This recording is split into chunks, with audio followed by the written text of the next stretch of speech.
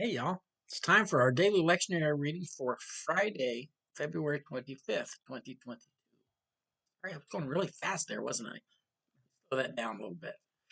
We have Psalm 99, Deuteronomy 9, 6 to 14, and then Acts 10, 1 to 8. And because this is our second day with Psalm 99, we will read the Message version. NRSV says this is the Praise to God for His Holiness Psalm.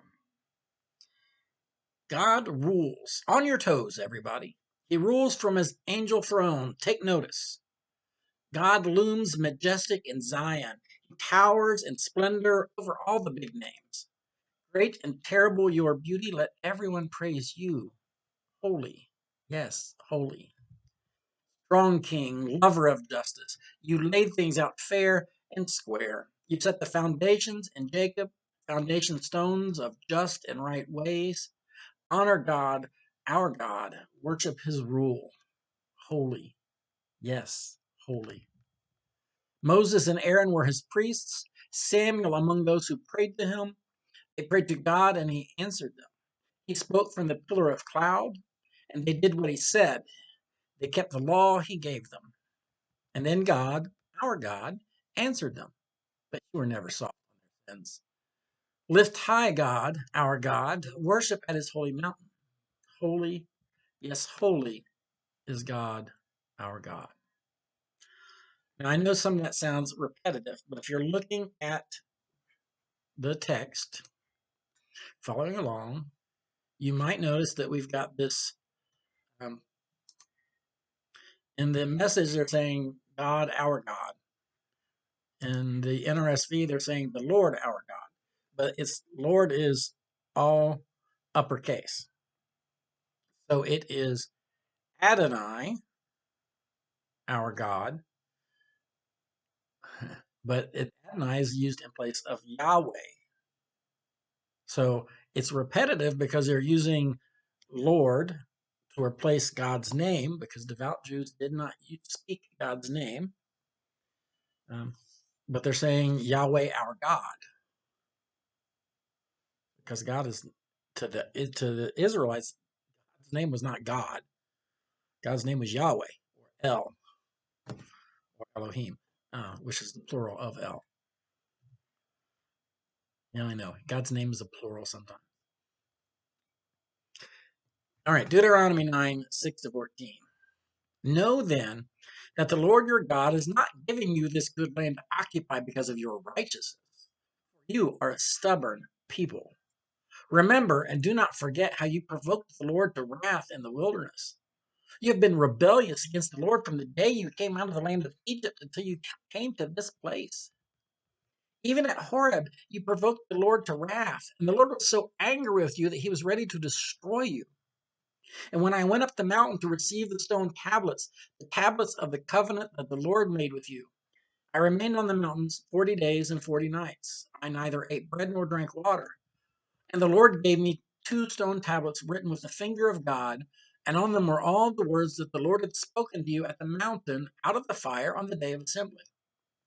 At the end of 40 days and 40 nights, the Lord gave me the 2 stone tablets, the tablets of the covenant. And then the Lord said to me, get up, go down quickly from here, for your people who you have brought from Egypt have acted corruptly. They have been quick to turn away from the way that I commanded them. They have cast an image for themselves.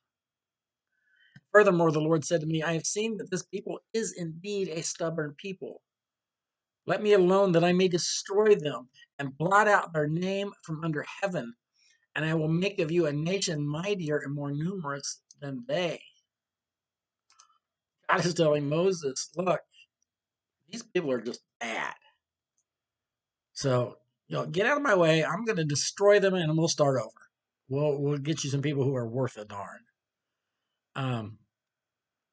Because while Moses was on the mountain, they created an image of a golden calf. But Moses pleads with Yahweh not to destroy them, to give them another chance.